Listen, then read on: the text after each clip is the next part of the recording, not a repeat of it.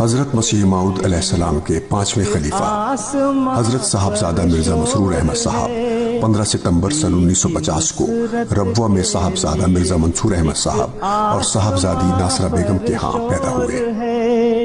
آپ حضرت مسیح موعود علیہ السلام کے سب سے چھوٹے بیٹے حضرت صاحبزادہ مرزا شریف احمد صاحب کے پوتے اور حضرت خلیفۃ المسیح الثانی مصلح موعود رضی اللہ عنہ کے نواسے ہیں۔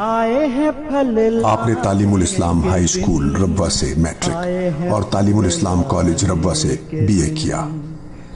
سن 1976 میں زرعی یونیورسٹی فیصل آباد سے ایگریکلچرل اکنامکس میں MSc کیا۔ سن 1977 میں آپ نے زندگی وقف کر دی اور نصرت جہاں اسکیم کے تحت آپ کو سن 1977 ہی میں گانا بھجوا دیا گیا، جہاں آپ نے سن 1985 تک بطور پرنسپل احمدی سیکنڈری اسکول اور احمدیہ زرعی فارم ٹمالے شمالی غانا میں بطور مینیجر خدمات سر انجام دیں۔ آپ نے غانا میں پہلی مرتبہ گندم اگانے کا کامیاب تجربہ کیا۔ آپ سن 1985 میں غانا سے وطن واپس آئے اور آپ کا تقرر بطور نائب وکیل المال ثانی کے ہوا۔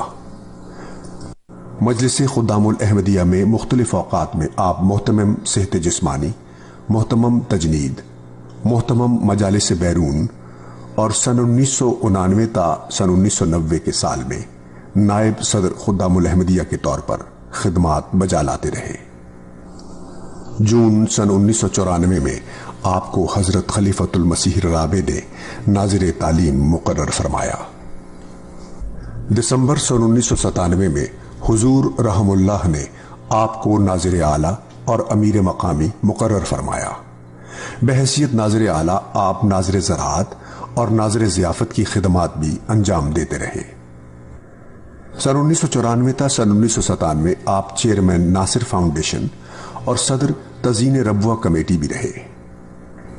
1988 تا 1995 قضاء بورڈ کے ممبر بھی رہے۔